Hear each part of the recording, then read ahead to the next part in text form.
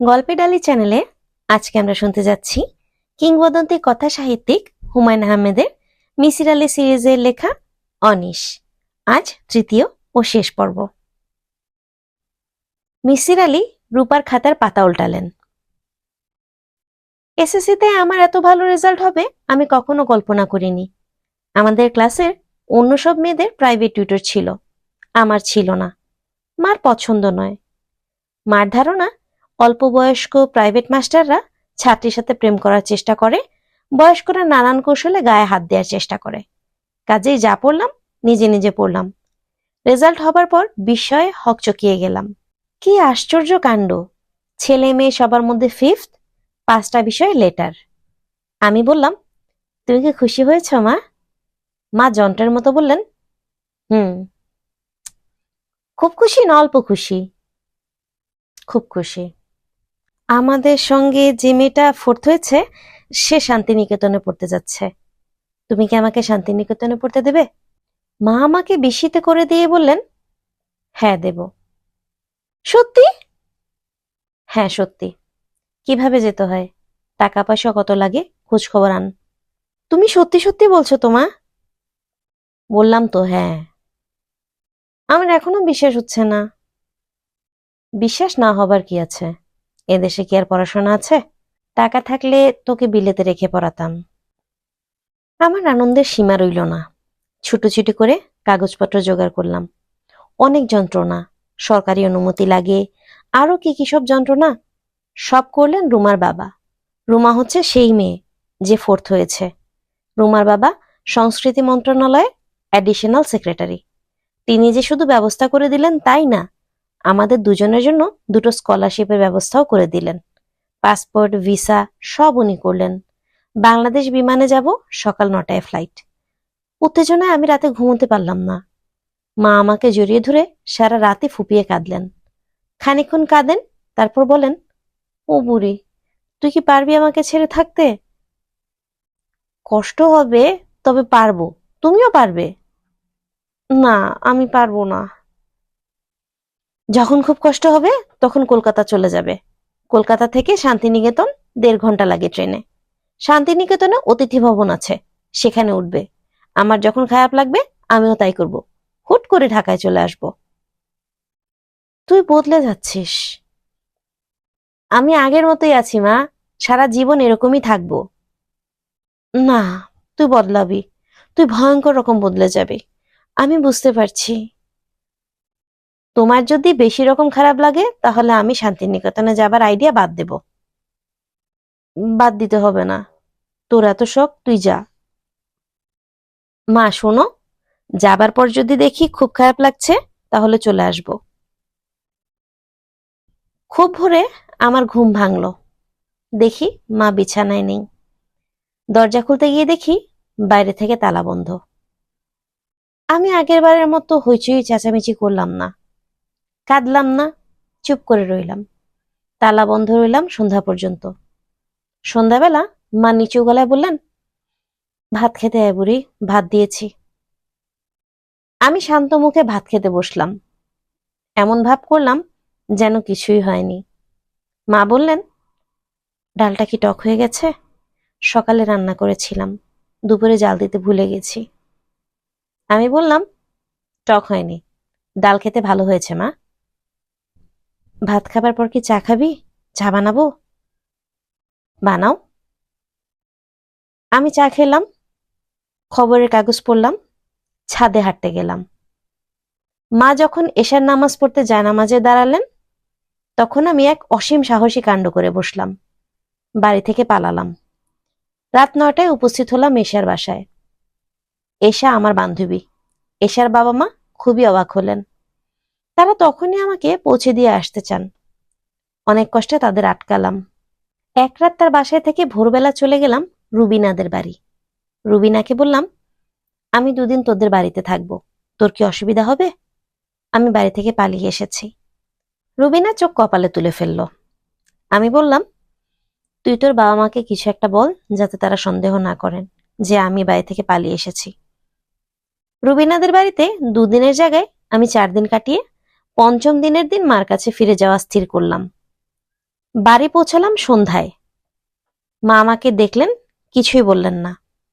এরকম ভাবে তাকালেন যেন কোথাও বেড়াতে গিয়েছিলাম, ফিরে এসেছি। আমি চাপা গলায় বললাম, কেমন আছো মা? মা বললেন, ভালো। তুমি মনে হয় আমার উপর ভয়ঙ্কর রাগ করেছ। কি শাস্তি দিতে চাও, দাও। আমি ভয়ঙ্কর অন্যায় করেছি, শাস্তি আমার প্রাপ্য। মা কিছু বললেন না, রান্নাঘরে ঢুকে গেলেন। আমি লক্ষ্য করলাম বসার ঘরে অল্প বয়সী একটি ছেলে বসে আছে। কঠিন ধরনের চেহারা, রোগা, গলাটা হাঁসের মতো অনেকখানি লম্বা, মাথার চুল তেলে জবজব করছে। সে খবরের কাগজটা পড়ছিল। আমাকে এক নজর দেখে আবার খবরের কাগজ পড়তে লাগলো। আমি মাকে গিয়ে বললাম, বসার ঘরে বসে আছে লোকটাকে? ওর নাম জয়নাল, আমাদের দুঃসম্পর্কের আত্মীয়। ইঞ্জিনিয়ারিং পড়ে, ফাইনাল ইয়ারে, এবছর পাশ করে বেরোবে। এখানে কি জন্য? তুই চলে যাবার পর আমি খবর দিয়ে আনিয়েছি। একা থাকতাম, ভয় ভয় লাগতো। আম সরি মা, এরকম ভুল আর করব না। আমি চলে এসেছি, এখন তুমি ওকে চলে যেতে বলো। তুই আমার ঘরে আয় বুড়ি, তোর সঙ্গে আমার জরুরি কথা আছে। আমি মার ঘরে গেলাম। মা দরজা বন্ধ করে দিলেন। মার দিকে তাকিয়ে আমি চমকে উঠলাম। এতক্ষণ লক্ষ্যই করিনি এই 5 দিনে মার চেহারা, স্বাস্থ্য সম্পূর্ণ ভেঙে গেছে। তাকে দেখে মনে হচ্ছে একটা জীবন্ত কঙ্কাল। মা বললেন, তুই চলে যাবার পর থেকে আমি পানি ছাড়া আর কিছুই খাইনি। এটা কি তোর বিশ্বাস হয়? আমি কাপা গলায় বললাম, হয়। মা বললেন, দোকান থেকে ইঁদুর মারা বিষ এনে আমি গ্লাসে গুলে রেখেছি তোর সামনে খাবো বলে। আমি যে তোর সামনে বিষ খেতে পারি, এটা কি তোর বিশ্বাস হয়? আমি কাঁদতে কাঁদতে বললাম, হয়। মা বললেন, এক শর্তে আমি বিষ খাবো না। আমি যে ছেলেটিকে বসিয়ে রেখেছি তাকে তুই বিয়ে করবি, এবং আজ রাতেই করবি। আমি কাজে ডাকিয়ে আনবো। আমি বললাম, এসব তুমি কি বলছো মা? এই ছেলে খুব গরিব ঘরের ছেলে, ভালো ব্রিলিয়ান্ট ছেলে। আমি তাকে ইন্টারমিডিয়েট থেকে পড়ার খরচ দিয়ে যাচ্ছি। তোর জন্যই করছিলাম। এই ছেলে বিয়ের পরে বাড়িতে থাকবে, আমাদের দুজনকে দেখাশোনা করবে। আমার মুখের কথা আটকে গেল, মাথা ঘুরছে, কি বলবো কিছুই বুঝতে পারছি না। মা বললেন, টেবিলের দিকে তাকিয়ে দেখ, গ্লাসে বিষ গোলা আছে। এখন মন ঠিক কর, তারপর আমাকে বল। সে রাতেই আমার বিয়ে হলো। নয়াটোলার কাজী সাহেব বিয়ে পড়িয়ে দিয়ে গেলেন। দেন মোহরানা 1,01,000 টাকা। বিয়ে উপলক্ষে দামি একটা বেনারসি পরলাম, মা আগেই কিনিয়ে রেখেছিলেন। বাসর হলো মার শোবার ঘরে।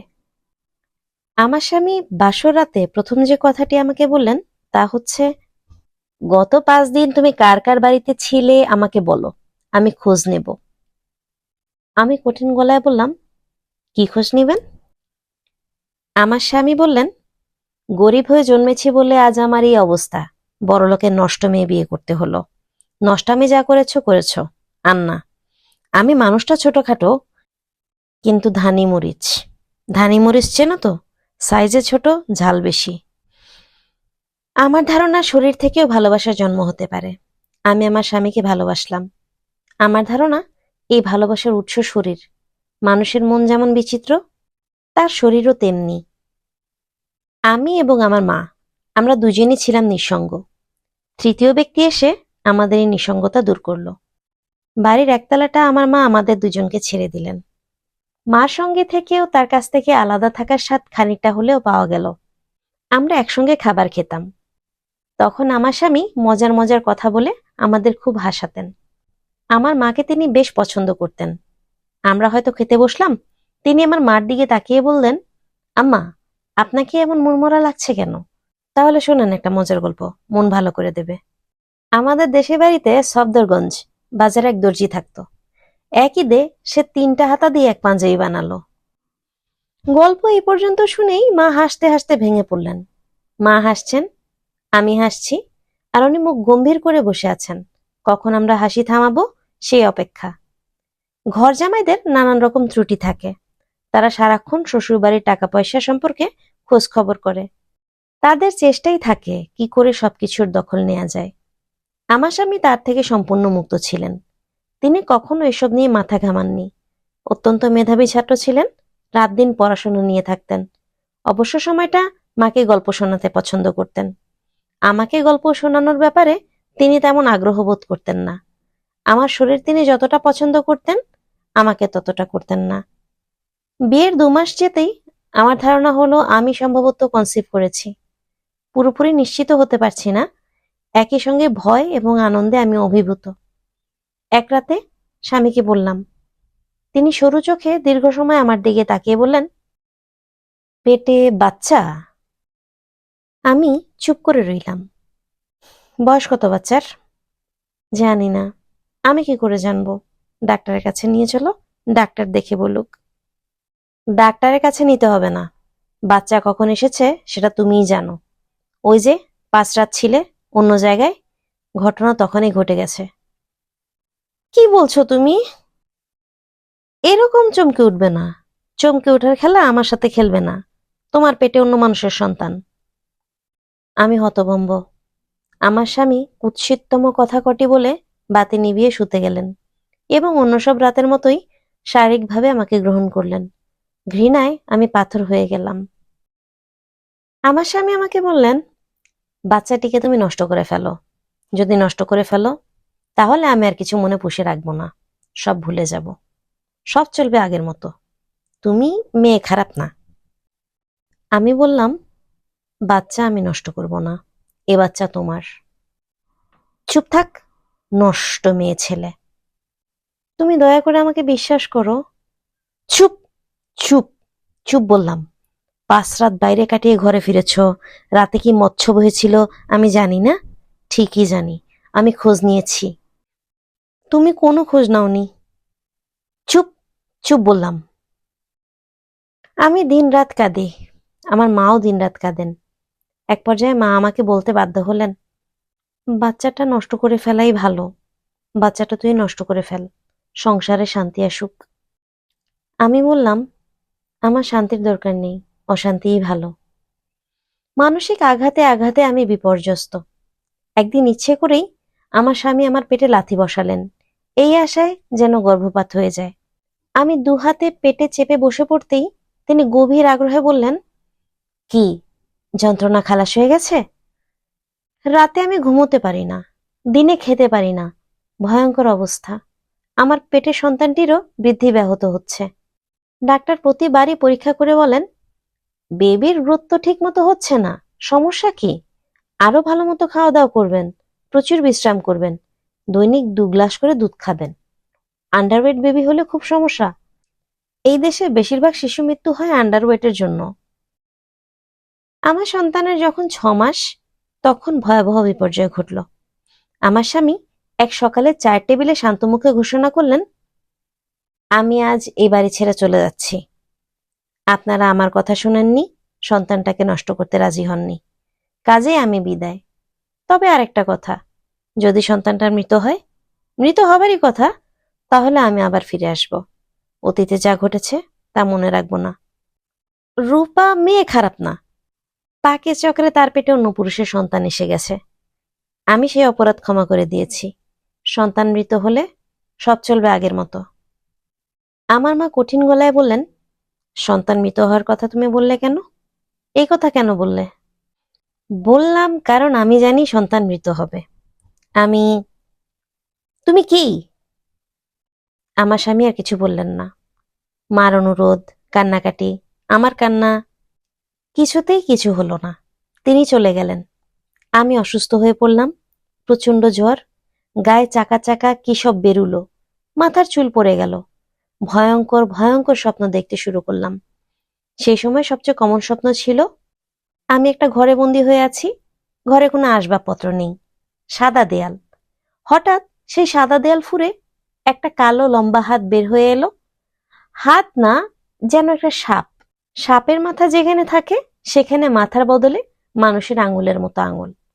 হাতটা আমাকে পেঁচিয়ে ধরল। ঠান্ডা কুৎসিত তার স্পর্শ। ঘুম ভেঙে যায়। দেখি সারা শরীর ঘামে চটচট করছে। বাকি রাতটা জেগে থাকার চেষ্টা করি। আবার একসময় তন্দ্রার মতো আসে, সেই একই স্বপ্ন দেখি। চিৎকার করে জেগে উঠি। বাচ্চার 9 মাসের সময় ডাক্তার খুবই চিন্তিত হয়ে পড়লেন। বললেন, বাচ্চার সাইজ অত্যন্ত ছোট, মুভমেন্ট কম, আপনি হাসপাতালে ভর্তি হয়ে যান। মনে হচ্ছে বাচ্চা যথেষ্ট অক্সিজেন পাচ্ছে না। হাসপাতালে ভর্তি হলাম। দুর্বল অপুষ্ট একটি শিশুর জন্ম দিলাম। নিজেও খুব অসুস্থ হয়ে পড়লাম। বাচ্চাকে রাখা হলো ইনকিউবেটরে। অসুস্থ অবস্থায় একদিন দেখি দরজার কাছে আমার স্বামী দাঁড়িয়ে। ক্রুদ্ধ দৃষ্টিতে সে তাকিয়ে আছে আমার দিকে। আমি বললাম, ভেতরে এসো। সে হিস হিস করে বলল, বিষের পুটলিটা কই? এখনো বেঁচে আছে? এখনো বেঁচে আছে কেন তা তো বুঝলাম না। তার তো মরে যাওয়া উচিত ছিল। আমি দরগায় মানত করেছি, এমন দরগা যেখানে মানত মিস হয় না। আমি আঁতকে উঠলাম। সে ঘরে ঢুকলো না, খানিকক্ষণ দরজার বাইরে দাঁড়িয়ে থেকে চলে গেল। আমি মাকে বললাম, কিছুতেই আমি হাসপাতালে থাকবো না, কিছুতেই না। হাসপাতালে থাকলেই সে এসে কোনো না কোনোভাবে বাচ্চার ক্ষতি করার চেষ্টা করবে। মা বললেন, তোর এই অবস্থায় হাসপাতাল ছাড়া ঠিক হবে না। বাচ্চা খানিকটা সামলে নিয়েছে, কিন্তু তোর অবস্থা খুব খারাপ। বাড়িতে নিয়ে গেলে তুই মরে যাবি। মরে গেলেও আমি বাড়িতেই যাব, এখানে থাকবো না। ডাক্তার তোকে ছাড়বে না। ডাক্তারকে তুমি ডেকে আনো মা, আমি তার পা জড়িয়ে ধরবো। ডাক্তার আমাকে ছাড়লেন। বাচ্চা নিয়ে আমি বাসায় চলে এলাম। দারোয়ানকে বলে দিলাম দিনরাত যেন গেট বন্ধ থাকে, কাউকেই যেন ঢুকতে দেওয়া না হয়, কাউকেই না। আমার শরীর খুবই খারাপ হলো। এক রাতের কথা, ঘুমুচ্ছি।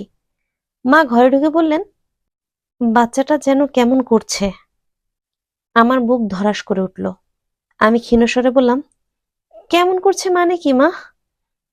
মনে হচ্ছে শ্বাসকষ্ট হচ্ছে। তুমি বসে আছো কেন?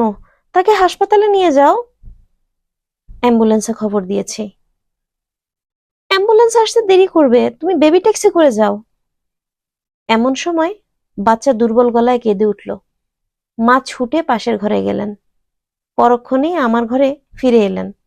তার মুখ সাদা, হাত পা কাঁপছে। আমি চিৎকার করে জ্ঞান হারালাম। জ্ঞান ফিরল 4 দিন পর হাসপাতালে। আমি বললাম, আমার বাচ্চা, আমার বাচ্চা। মা পাথরের মতো মুখ করে রইলেন। আমি আবার জ্ঞান হারালাম। আমার বাচ্চার কবর হলো আমাদের বাড়ির পিছনে, আম গাছের নিচে। ছোট্ট একটা কবর ছাড়া বাড়িতে কোনো রকম পরিবর্তন হলো না। সবকিছু চলতে লাগলো আগের মতো। আমার স্বামী ফিরে এলেন। আমার মাথায় হাত রেখে বললেন, আই এম সরি। সময়ের সঙ্গে সঙ্গে তুমি শোক কাটিয়ে উঠবে, আমি তোমাকে সাহায্য করব। আমি প্রাণপণ চেষ্টা করলাম শোক কাটিয়ে উঠতে। প্রবল শোক একবার আসে না, দুবার করে আসে। তাই নাকি নিয়ম? অন্যের কথা জানি না, আমার বেলায় নিয়ম বহাল রইল। 4 মাসের মাথায় মা মারা গেলেন। মা শেষের দিকে খুব চুপচাপ হয়ে গিয়েছিলেন। কারো সঙ্গে কথা বলতেন না। নিজের ঘরে দরজা জানলা বন্ধ করে বসে থাকতেন। মৃত্যুর 2 দিন আগে আমাকে কাছে ডেকে নিয়ে বললেন, আমার বিরুদ্ধে তোর কি কোনো অভিযোগ আছে? আমি বললাম, না। আমার গায়ে হাত দিয়ে স্পষ্ট করে বল। আমি মায়ের গায়ে হাত দিয়ে স্পষ্ট করে বললাম, তোমার বিরুদ্ধে আমার কোনো অভিযোগ নেই। সত্যি? হ্যাঁ সত্যি, শুধু খানিকটা অভিমান আছে। অভিমান কেন? তোমার জামাই যেমন মনে করে আমার ছেলের বাবা সে নয়, তুমিও তাই মনে করো। মা চমকে উঠে বললেন, এই কথা কেন বলছিস? আমি দীর্ঘ নিঃশ্বাস ফেলে বললাম, তুমি রাত দিন এত নামাজ পড়ো, রোজা রাখো, কিন্তু কখনো তুমি আমার ছেলের কবরের কাছে দাঁড়িয়ে একটু দোয়া পড়োনি। তার থেকেই ধারণা হয়েছে। বিশ্বাস করো মা, আমি ভালো মেয়ে। মা কাঁদতে কাঁদতে বললেন, ওই কবরটা আমি সহ্য করতে পারি না বলে কাছে যাই না, দূর থেকে দোয়া পড়ি মা। দিন রাতে আল্লাহকে ডেকে তোর ছেলের মঙ্গল কামনা করি। মা মারা গেলেন। যতটা কষ্ট পাবো ভেবেছিলাম ততটা পেলাম না, বরং নিজেকে একটু যেন মুক্ত মনে হলো। অতি সুখ হলেও স্বাধীনতার আনন্দ পেলাম। মনের এই বিচিত্র অবস্থার জন্য লজ্জাও পেলাম। মার মৃত্যুর মাসখানেকের মধ্যে আমার মধ্যে মস্তিষ্ক বিকৃতির লক্ষণ দেখা গেল। বারান্দায় দাঁড়িয়ে আছি, সন্ধ্যা হয়ে হয়ে করছে। হঠাৎ শুনলাম আমার বাচ্চাটা কাঁদছে, ওয়া ওয়া করে কান্না। এটা যে আমার বাচ্চার কান্না তাতে কোনো সন্দেহ রইল না। আমার সমস্ত শরীর কাঁপতে লাগলো। এরকম ঘটনা প্রায় ঘটতে লাগলো। রাতে ঘুমোতে যাচ্ছি, বাতি নিভিয়ে মশারির ভেতরে ঢুকছি, অমনি আমার সমস্ত শরীর ঝনঝন করে উঠল। আমি শুনলাম আমার বাচ্চা গলা ফাটিয়ে চিৎকার করে কাঁদছে। আমি ছুটে গেলাম কবরের কাছে। আমার স্বামী এলেন পিছনে পিছনে। তিনি ভীত গলায় বললেন, কি ব্যাপার, কি ব্যাপার? আমি বললাম, কিছু না। কিছু না তাহলে দৌড়ে চিৎকার করে নিচে নেমে এলে কেন? এমনি এসেছি, কোনো কারণ নেই। তোমার মাথাটা আসলে খারাপ হয়ে গেছে রূপা। বোধহয় হয়েছে। ভালো কোনো ডাক্তারকে দিয়ে চিকিৎসা করাও। আচ্ছা, করাবো। এখন তুমি আমার সামনে থেকে যাও। আমি এখানে একা একা খানিকক্ষণ বসে থাকবো। কেন? আমার ইচ্ছে করছে তাই। এখন বৃষ্টি হচ্ছে, তুমি অকারণে বৃষ্টিতে ভিজবে? হ্যাঁ, একজন ভালো সাইকিয়াট্রিস্টের সঙ্গে তোমার দেখা করা দরকার। দেখা করব, এখন তুমি যাও। সাইকিয়াট্রিস্টের সঙ্গে দেখা করলাম, কাউকে জানালাম না, একা একা গেলাম। সাইকিয়াট্রিস্ট বেশ বয়স্ক মানুষ, মাথার চুল ধবধবে সাদা, হাসি খুশি মানুষ। তিনি চোখ বন্ধ করে আমার সব কথা শুনলেন। কেউ চোখ বন্ধ করে কথা শুনলে আমার ভালো লাগে না, মনে হয় কথা শুনছেন না। এর বেলা সেরকম মনে হলো না। আমি যা বলার সব বললাম।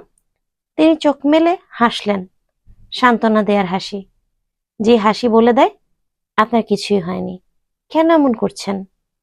সাইকিয়াট্রিস্ট বললেন, কফি খাবেন? আমি বললাম, না। খান, কফি খান। কফি খেতে খেতে আমরা কথা বলি। বেশ, কফি দিতে বলুন। কফি চলে এলো। তিনি বললেন, আপনার ধারণা আপনি আপনার ছেলের কান্না শুনতে পান? ধারণা না, আমি সত্যি সত্যি শুনতে পাই।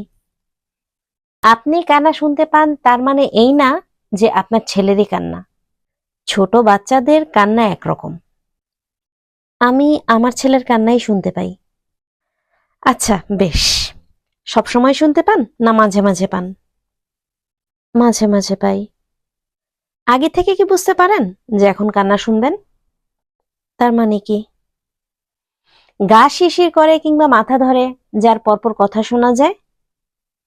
না, তেমন কিছু না। আপনার মা মারা গিয়েছেন, তার কথা কি শুনতে পান? না। ছোটবেলায় এমন কিছু কি হতো, অর্থাৎ এরকম কান্না বা শব্দ শুনতে পেতেন? না। আপনার সমস্যাটা তেমন জটিল নয়। আপনার ছেলের মৃত্যুজনিত আঘাতে এটা হয়েছে। আঘাত ছিল তীব্র, এতে মস্তিষ্কের ইকুইলিব্রিয়াম খানিকটা ব্যাহত হয়েছে। আপনার কোলে আরেকটা শিশু এলে সমস্যা কেটে যাবে।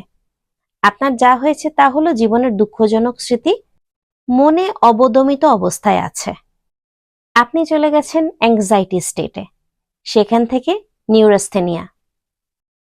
আপনার কথা কিছু বুঝতে পারছি না। বোঝার দরকার নেই, এমন কিছু করুন যেন নিজে ব্যস্ত থাকেন। ঘুমের ওষুধ দিচ্ছি, রাতে ঘুমোবার সময় খাবেন, যাতে ঘুমটা ভালো হয়। যখন আবার কান্নার শব্দ শুনবেন তখন দৌড়ে কবরের কাছে যাবেন না, কারণ কান্নার শব্দ কবর থেকে আসছে না, শব্দ তৈরি হচ্ছে আপনার মস্তিষ্কে। আপনি নিজেকে নিজে বোঝাবেন, মনে মনে বলবেন, এসব কিছু না, এসব কিছু না। বাড়িটাও ছেড়ে দিন, ওই বাড়ি ছেড়ে অন্য কোথাও চলে যান। ডাক্তার সাহেবের ঘর থেকে বের হয়ে বেবি ট্যাক্সি নিয়েছি। ঠিক তখন স্পষ্ট আবার কান্নার শব্দ শুনলাম। আমার বাচ্চাটিই যে কাঁদছে এতে কোনো সন্দেহ নেই। আমি মনে মনে বললাম, আমি কিছু শুনছি না, আমি কিছু শুনছি না। তাতে লাভ হলো না। সারা পথ আমি আমার বাচ্চার কান্না শুনতে শুনতে বাড়ি এলাম। আমার স্বামী খুব ভালোভাবে পাশ করলেন, ইলেকট্রিক্যাল ইঞ্জিনিয়ারিং এ প্রথম শ্রেণীতে প্রথম স্থান পেয়ে গেলেন। বিশ্ববিদ্যালয়ে তার একটা চাকরি হলো। আমরা আমাদের বাড়ি ছেড়ে কলা বাগানে 2 কামরার ছোট একটা ঘর ভাড়া নিলাম। আমি সংসারে মন দেওয়ার চেষ্টা করলাম, প্রচুর কাজ এবং প্রচুর অকাজ করি। রান্না বাড়া করি, সেলাইয়ের কাজ করি, আচার বানানোর চেষ্টা করি। যে ঘর একবার মোছা হয়েছে সেই ঘর আবার ভেজা ন্যাকড়ায় ভিজিয়ে দিই। কাজে একটি মেয়ে ছিল, তাকেও ছাড়িয়ে দিলাম। কারণ একটাই, আমি যাতে ব্যস্ত থাকতে পারি। সারা দিন ব্যস্ততায় কাটে। রাতের বেলাও আমার স্বামী আমাকে অনেক রাত পর্যন্ত জাগিয়ে রাখেন। শারীরিক ভালোবাসার উন্মাদনা এখন আমার নেই, তবুও ভান করি যেন প্রবল আনন্দে সময় কাটছে। আসলে কাটে না। হঠাৎ হঠাৎ আমি আমার বাচ্চার কান্না শুনতে পাই। আমার সমস্ত ইন্দ্রিয় অবশ হয়ে আসে। আমার স্বামী বিরক্ত গলায় বললেন, কি হলো, এরকম করছো কেন? আমি নিজেকে সামলাতে চেষ্টা করি। তিনি তিক্ত গলায় বলেন, এইসব ঢং কবে বন্ধ করবে? আর তো সহ্য হয় না। মানুষের সহ্যের একটা সীমা আছে। আমি কাঁদতে শুরু করি। তিনি কুৎসিত গলায় বলেন, বাথরুমে দরজা বন্ধ করে কাঁদো, সামনে না। খবরদার, চোখের সামনে কাঁদবে না। ভাড়া বাসায় বেশি দিন থাকা আমার পক্ষে সম্ভব হলো না। আমি প্রায় জোর করেই নিজের বাড়িতে ফিরে গেলাম, যে বাড়িতে আমার ছোট্ট বাবার কবর আছে। সেই বাড়ি ছেড়ে আমি কি করে দূরে থাকব? নিজের বাড়িতে ফেরার পরপর আলস্য আমাকে জড়িয়ে ধরল। কোনো কাজেই মন বসে না। আমি বেশিরভাগ সময় বসে থাকি আমার বাবুর কবরের পাশে। দোতলা সিঁড়ি থেকে ক্রুদ্ধ চোখে আমাকে দেখেন আমার স্বামী। তার চোখে রাগ ছাড়াও আর যা থাকে তার নাম ঘৃণা। মাথার যন্ত্রণা পুরোপুরি অগ্রাহ্য করে মিসির আলী তার নোটবই লিখে ভরিয়ে ফেলেছেন। রূপার লেখা বারবার করে পড়ছেন। স্বামীর সঙ্গে মেয়েটির সম্পর্ক তিনি ঠিক ধরতে পারছেন না। মেয়েটির এই ভয়াবহ সমস্যায় স্বামীর অংশ কতটুকু তা বের করা দরকার। রূপার পুরো লেখাটা স্বামীর প্রতি ঘৃণা নিয়ে লেখা। তারপরেও বোঝা যাচ্ছে ছেলেটি তার স্ত্রীকে সাহায্য করার চেষ্টা করছে। সাইকিয়াট্রিস্টের কাছে নিয়ে গিয়েছে। সাইকিয়াট্রিস্টের কথা মতো আলাদা বাসা ভাড়া করেছে। মিসির আলী তার নোটবইতে লিখলেন, আমাকে ধরে নিতে হবে মেয়েটি মানসিক দিক দিয়ে সুস্থ নয়। সে পৃথিবীকে তার অসুস্থ মানসিকতা নিয়ে দেখছে এবং বিচার করছে। স্বামীকেও সে একইভাবে দেখছে। সে তার স্বামীর ছবি যেভাবে এঁকেছে তাতে তাকে ঘৃণ্য মানুষ বলে মনে হচ্ছে, অথচ এই মেয়ে তার মার ছবি এঁকেছে গভীর মমতায়। মার ছবি এত মমতা একা সত্ত্বেও মার ভয়াবহ রূপ বের হয়ে এসেছে। আমার কাছে জয়নাল ছেলেটিকে হৃদয়বান ছেলে বলেই মনে হচ্ছে। এই ছেলে দুজন নিঃসঙ্গ মহিলাকে আনন্দ দেওয়ার জন্য হাসির গল্প করে, তাদের হাসাতে চেষ্টা করে।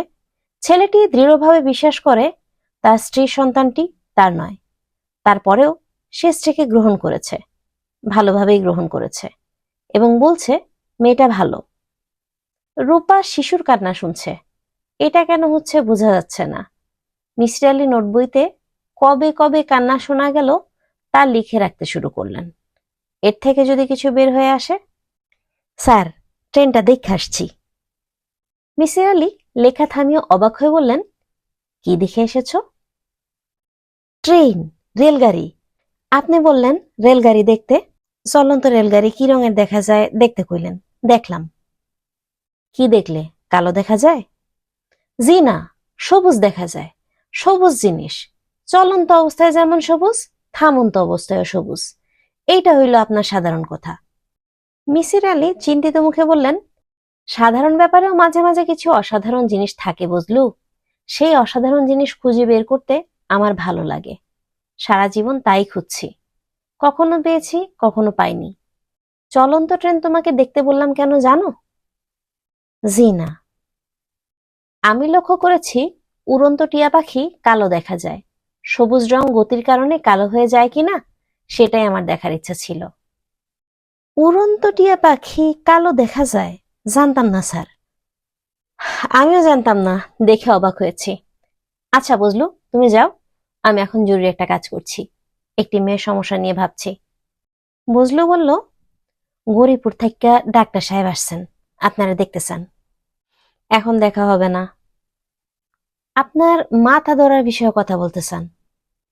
এখন কথাও বলতে পারবো না, আমি ব্যস্ত, অসম্ভব ব্যস্ত। বুঝলু মানুষটার মধ্যে ব্যস্ততার কিছু দেখলো না। কাত হয়ে বিছানায় পড়ে আছে, হাতে একটা খাতা। এর নাম ব্যস্ততা? বুঝলু মাথা চুলকে বলল, রাতে কি খাবেন স্যার? চা খাবো। ভাত তরকারির কথা বলতেছিলাম। হাঁস খাইবেন স্যার? অবশ্য বর্ষাকালে হাঁসের মাংসে কোনো টেস্ট থাকে না। হাঁস খেতে হয় শীতকালে, নতুন ধান ওঠার পরে। নতুন ধান খাওয়ার কারণে হাঁসের শরীরে হয় চর্বি। তুমি এখন যাও বুঝলু। মিসির আলী খাতা খুললেন। আমার স্বামী MS ডিগ্রি করার জন্য আজ সকালে টেক্সাস চলে গেলেন। টিচিং অ্যাসিস্ট্যান্টশিপ নিয়ে গেলেন। যাবার টিকিট আমি করে দিলাম। তিনি বললেন, আমি 6 মাসের মধ্যে তোমাকে নিয়ে যাব, তুমি পাসপোর্ট করে রাখো। আমি বললাম, আমাকে নিতে হবে না, আমি ঢাকা ছেড়ে কোথাও যাব না। ঢাকা ছেড়ে যাওয়াই তোমার উচিত। কোনটা আমার উচিত, কোনটা উচিত নয়, তা আমি বুঝবো। তোমার হাজবেন্ড হিসেবে আমারও বোঝা উচিত। অনেক বুঝেছ, আন্না। তুমি কি বলতে চাচ্ছ স্পষ্ট করে বলো। যা বলতে চেয়েছি স্পষ্ট করেই বলেছি। তুমি কি আমার সঙ্গে বাস করতে চাও না? আমি একটু সময় নিলাম, খুব বেশি না, কয়েক সেকেন্ড। এই কয়েক সেকেন্ডেই মনে হলো অনন্তকাল। তারপর তার চোখের দিকে তাকিয়ে স্পষ্ট গলায় বললাম, না। কি বললে? বললাম না। ও আচ্ছা। আমার স্বামী ভদ্রলোক অনেকক্ষণ তার মুখে বিস্ময়ের ভাব ধরে রাখলো। তারপর আবার বলল, ও আচ্ছা। আমি বললাম, আমি যে তোমার সঙ্গে বাস করতে চাচ্ছি না, তুমি কি বুঝতে পারোনি? না, পারিনি। আমি হাসলাম। তিনি বলল, তোমার টাকাটা আমি পৌঁছিয়ে পাঠিয়ে দেব, দেরি করব না। দেরি করলেও অসুবিধা নেই, না পাঠালেও ক্ষতি নেই। আমার যা আছে তা আমার জন্য যথেষ্ট। তুমি কি আবার বিয়ে করবে? জানি না, করতেও পারি, করার সম্ভাবনাই বেশি। যদি বিয়ে করবে বলে ঠিক করো, তাহলে অবশ্যই সেই ভদ্রলোককে আগে ভাগে জানিয়ে দিও যে তোমার মাথা ঠিক নেই। তুমি অসুস্থ একজন মানুষ। আমি জানাবো। উনি চলে যাবার পর আমি পুরোপুরি একা হয়ে গেলাম। নিজেকে ব্যস্ত রাখার অনেক চেষ্টা করলাম। পুরনো বন্ধুদের খুঁজে বের করে আড্ডা দিই, মহিলা সমিতিতে নাটক দেখি, বই পড়ি, রাতে কড়া ঘুমের ওষুধ খেয়ে ঘুমোতে যাই। এক রাতের কথা, 20 মিলিগ্রাম ইউনেট্রিন খেয়ে ঘুমিয়েছি। ঘুমের মধ্যেই মনে হলো আমার ছেলেটা আমার পাশে শুয়ে আছে। তার গায়ের গন্ধ পাচ্ছি, সেই অদ্ভুত গন্ধ যা শুধু শিশুদের গায়েই থাকে। এক একজনের গায়ে এক এক রকম গন্ধ, যা শুধু মায়েরাই আলাদা করতে পারেন। আমি ছেলের মাথায় হাত রাখলাম। মাথা ভর্তি চুল, রেশমের মতো নরম গোকরানো চুল। ঘুম ভেঙে গেল, ধর্মর করে উঠে বসলাম। কোথাও কেউ নেই, থাকার কথাও নয়। স্বপ্ন তো স্বপ্নই, কিন্তু সেই স্বপ্ন এত স্পষ্ট, সত্যের এত কাছাকাছি। তৃষ্ণা পেয়েছিল। ঠান্ডা পানির জন্য খাবার ঘরে গিয়েছি, ফ্রিজের দরজায় হাত রেখেছি, আর ঠিক তখন শুনলাম আমার ছেলে আমাকে ডাকছে, মা, মা। এতদিন শুধু কান্নার শব্দ শুনেছি, আজ প্রথম তাকে কিছু বলতে শুনলাম। আমার সমস্ত শরীর শক্ত হয়ে গেল। মনে হলো মাথা ঘুরে পড়ে যাব। অনেক কষ্টে নিজেকে সামলে নিয়ে কাঁপা কাঁপা গলায় ডাকলাম, ও খোকা, খোকা, তুই কি আমার কথা শুনতে পাচ্ছিস? কি আশ্চর্য কাণ্ড! আমার ছেলে জবাব দিল, স্পষ্ট বলল, হুম। তুই কোথায় খোকা? উহ। খোকা, তুই কোথায়? উহ। তুই কোথায়? আরেকবার আমাকে ডাকতো, আর মাত্র একবার। আমার ছেলে আমাকে ডাকলো, মা, মা। আমি সহ্য করতে পারলাম না, অচেতন হয়ে পড়ে গেলাম। আমি জানি এর সবটাই মায়া, এক ধরনের বিভ্রম। আমার মাথা এলোমেলো হয়ে আছে, দুঃখে কষ্টে যন্ত্রণায় আমার মাথা খারাপ হয়ে যাচ্ছে। কিছুদিনের মধ্যেই আমাকে পাগলা গারদে ঢুকিয়ে দেবে। একটা নির্জন ঘরে আটকা থাকবো, নিজের মনে হাসবো, কাঁদবো। গায়ের কাপড়ে কোনোটা ঠিক থাকবে না। অ্যাটেন্ডেন্টদের কেউ কেউ আমার গায়ে হাত দিয়ে আনন্দ পাবে, আমার কিছুই করার থাকবে না। এই সময় আমার এক বান্ধবী রেণুকা বলল, বুড়ি, তুই ছবি করবি? আমার মামা ছবি বানাচ্ছেন, অল্প বয়সী সুন্দরী নায়িকা খুঁজছেন। তোকে দেখলে হাতে আকাশের চাঁদ পাবেন, তুই এত সুন্দর। আমি বললাম, তোর ধারণা আমি সুন্দর? সে বলল, পৃথিবীর 4 জন রূপবতীর মধ্যে তুই একজন। সেই 4 জনের নাম শুনবি? তুই, তারপর Helen of Troy, queen of সেবা, ক্লিওপেট্রা। তুই রাজি থাকলে মামাকে বলে দেখি। আমি তো অভিনয় জানি না। বাংলাদেশি ছবিতে অভিনয় করার প্রথম এবং একমাত্র যোগ্যতা হচ্ছে অভিনয় না জানা। তুই অভিনয় জানিস না শুনলে মামা আনন্দে লাফাতে থাকবে। করবি অভিনয়? করব। চল এখনই তোকে মামার কাছে নিয়ে যাই। প্রথম ছবি হিট করলো, দ্বিতীয় ছবি হিট করলো, তৃতীয়টা হলো সুপারহিট। ছবি করা তো কিছু না, নিজেকে ব্যস্ত রাখা। ডাবল শিফটে কাজ করি, অমানসিক পরিশ্রম। রাতে ঘুমের ওষুধ খেয়ে মরার মতো ঘুমোই। অনেকদিন ছেলে কান্না শুনি না, কথা শুনি না। মনে হলো আমার মনের অসুখটা কেটে গেছে। এতে আনন্দিত হবার কথা, তা হই না। আমার ছেলের গলা শোনার জন্য তৃষিত হয়ে থাকি। তারপর একদিন তার কথা শুনলাম। জায়া জননী ছবির ডাবিং হচ্ছে, পর্দায় ঠোঁট নাড়া দেখে ভয়েস দেয়া। একটা বাক্য কিছুতেই মেলাতে পারছি না। ক্লোজ আপে ধরা আছে বলে ফাঁকি দেবার উপায় নেই। ঠোঁট মেলানোর চেষ্টা করতে করতে মহা বিরক্ত বোধ করছি। ডিরেক্টর বললেন, কিছুক্ষণ রেস্ট নাও রূপা, চা খাও, 10 মিনিট টি ব্রেক। আমি আমার ঘরে চলে এলাম। নায়িকাদের জন্য আলাদা একটা ঘর থাকে, সেখানে কারো প্রবেশাধিকার নেই। আমি একা একা চা খাচ্ছি। হঠাৎ আমার ছেলের গলা শুনলাম। প্রায় 2 বছর পর শুনছি, কিন্তু এত স্পষ্ট, এত তীব্র, আমার শরীর ঝনঝন করে উঠল। মা, ও মা। কি খোকা, তুমি কি করো? চা খাচ্ছি। তুমি কোথায়? তুই কোথায় খোকা, তুই কোথায়? এইখানে। কি করছিস? খেলছি। ও খোকা, খোকা।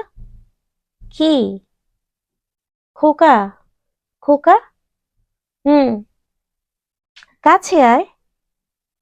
আমার ছেলে কাঁদতে শুরু করলো। তারপর সব আবার চুপচাপ হয়ে গেল। আমি ঘর থেকে বের হয়ে ডিরেক্টরকে বললাম, আজকে আর কাজ করব না, আমাকে বাড়ি পৌঁছে দিন, আমার ভয়ঙ্কর খারাপ লাগছে। সেই রাতে আমি এক গাদা ঘুমের ওষুধ খেলাম, মরবার জন্যই খেলাম। ডাক্তার আমাকে বাঁচিয়ে তুললেন। মিসির আলী খাতা বন্ধ করে ডাকলেন, বজলু। বজলু ছুটে এলো। মিসির আলী বললেন, আমার ঢাকা যাওয়া দরকার।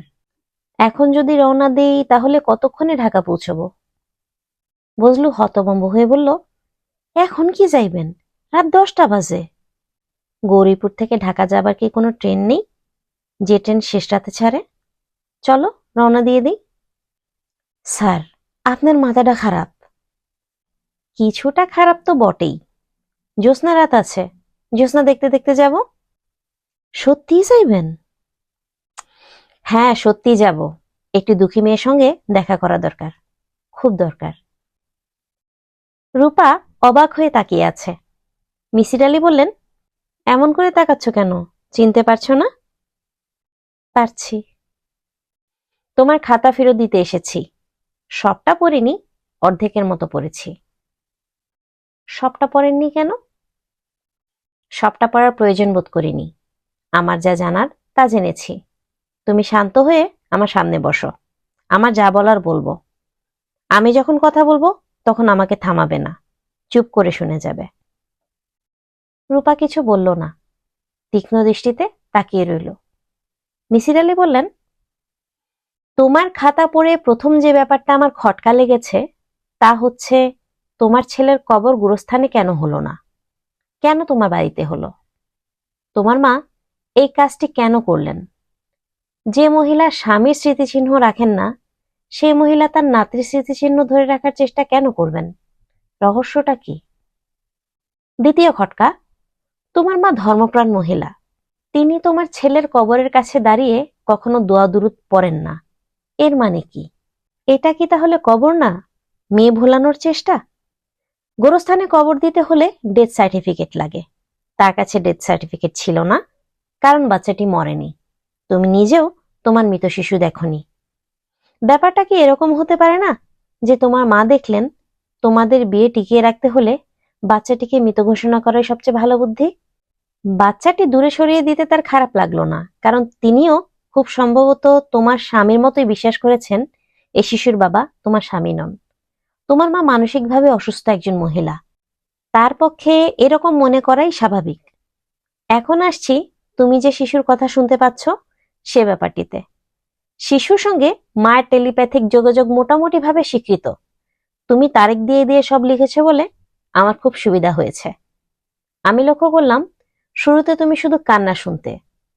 প্রথম যখন মা ডাক শুনলে, হিসেব করে দেখলাম শিশুটির বয়স তখন 1 বছর। 1 বছর বয়সী শিশুরা মা ডাকতে শিখে। তোমার লেখা থেকে তারিখ দেখে দেখে হিসেব বের করলাম, তোমার ছেলে পুরো বাক্য যখন বলছে তখন তার বয়স 3। এই বয়সে বাচ্চারা ছোট ছোট বাক্য তৈরি করে। আশ্চর্যজনক হলেও সত্যি যে তোমার সঙ্গে তোমার ছেলের এক ধরনের যোগাযোগ হয়েছে। পুরো ব্যাপারটা প্যারানর্মাল সাইকোলজির বিষয় এবং রহস্যময় জগতের অসাধারণ একটি উদাহরণ। আমার ধারণা একটু চেষ্টা করলে তুমি তোমার ছেলেকে খুঁজে পাবে। এত বড় একটা কাজ তোমার মা একা করতে পারেন না, তাকে কারো না কারোর সাহায্য নিতে হয়েছে। তোমাদের বাড়ির দারোয়ান, কাজের মেয়ে, এদের কাছ থেকে সাহায্য পেতে পারো। পুলিশকে খবর দিতে পারো। বাংলাদেশে পুলিশের গোয়েন্দা বিভাগ ইচ্ছা করলে অসাধ্য সাধন করতে পারে। তারপরেও যদি কাজ না হয়, তুমি তোমার টেলিপ্যাথিক ক্ষমতা ব্যবহার করো। ছেলের কাছ থেকেই জেনে নাও সে কোথায় আছে। রূপা এক দৃষ্টিতে তাকিয়ে আছে। মিসির আলী বললেন, কিছু বলবে? রূপা না সূচক মাথা নাড়ল। মিসির আলী বললেন, আজ উঠে ধাক্কা সামলাতে তোমার সময় লাগবে, সাহস হারিও না, মন শক্ত রাখো, যাই। রূপা কোনো উত্তর দিল না, মূর্তির মতো বসে রইল। 1 মাস পরের কথা। মিসির আলীর শরীর খুব খারাপ করেছে। তিনি তার ঘরেই দিনরাত শুয়ে থাকেন। হোটেলের একটি ছেলে তাকে হোটেল থেকে খাবার দিয়ে যায়। বেশিরভাগ দিন সেসব খাবার মুখে নিতে পারেন না।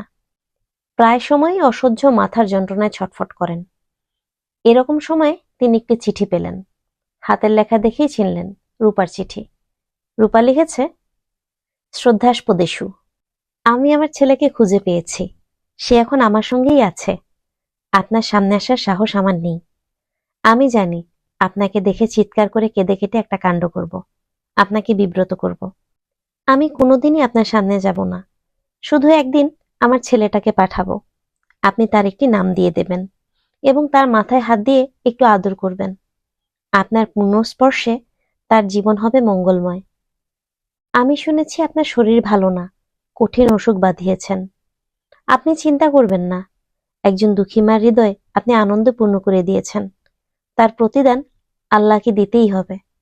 আমি আল্লাহর কাছে আপনার আয়ু কামনা করছি। তিনি আমার প্রার্থনা শুনেছেন। মাথার তীব্র যন্ত্রণা নিয়েও তিনি হাসলেন। মনে মনে বললেন, ভোকা মেয়ে। প্রকৃতি প্রার্থনার বশ নয়।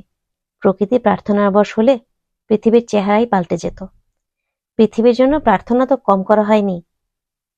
মিসির আলী টিয়া পাখির বিষয়টি নিয়ে ভাবতে বসলেন। উড়ন্ত টিয়া পাখি কালো দেখায় কেন? কিছু একটা নিয়ে ব্যস্ত থাকা, মাথার তীব্র যন্ত্রণা ভুলে থাকার ছেলে মানুষই এক চেষ্টা। গল্পের ডালি চ্যানেলে এতক্ষণ আপনারা শুনছিলেন শ্রদ্ধেয় হুমায়ুন আহমেদ স্যারের মিসির আলী সিরিজের লেখা অনিশ এর 3য় এবং শেষ পর্ব। আপনারা যারা প্রথমবারের মতো শুনছেন, নিয়মিত এমন গল্প শুনবার জন্য কাইন্ডলি সাবস্ক্রাইব করে নেবেন। গল্প পাঠ কেমন লাগলো জানাবেন। ভালো লাগলে প্রিয় মানুষদের সাথে শেয়ার করবেন। নিজে বই পড়ার পাশাপাশি অন্যকে বই পড়তে উদ্বুদ্ধ করবেন। পরবর্তী গল্প নিয়ে খুব শীঘ্রই ফিরে আসছি। সে পর্যন্ত ভালো থাকবেন। ধন্যবাদ।